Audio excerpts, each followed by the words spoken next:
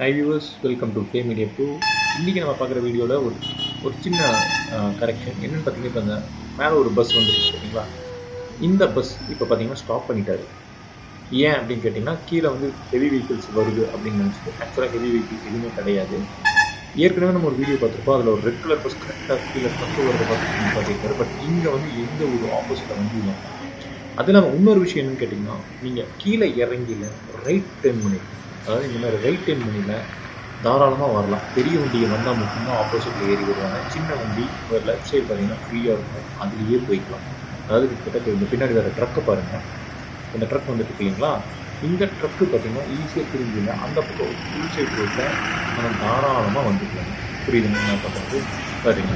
So பெரிய வண்டி வந்தால் மட்டும்தான் அங்கே நிறுத்தணும். பட் இது ஏன் அங்கே நிறுத்துறாருன்னு எனக்கு தெரியல. சப்போஸ் உங்களுக்கு தெரிஞ்சால் அதை கீழே கமெண்ட் பண்ணுங்க, கமெண்ட் செக்ஷனில். வா க்ரீன் பியூட்டி வந்துச்சு, செமைங்க.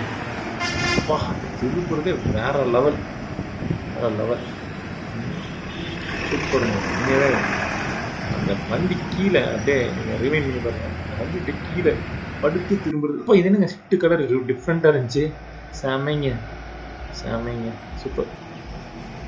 இப்போ கிட்டத்தட்ட இந்த பஸ்ஸும் பாருங்கள், நம்ம ஸ்டாப் பண்ண தேவையில்லை. பாருங்கள், நீங்கள் இந்த லெஃப்ட் ரைட் திரும்பிங்க, கீழே இறங்க ரைட் திரும்பியில் நோ ப்ராப்ளம்.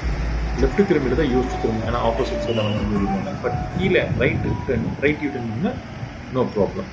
பெரிய வண்டி வந்தால் மட்டும்தான் வழி விடணும். இதில் உங்களோட கருத்து என்னங்கிறத கமெண்ட் செக்ஷனில் பதிவுங்க. தேங்க்யூ.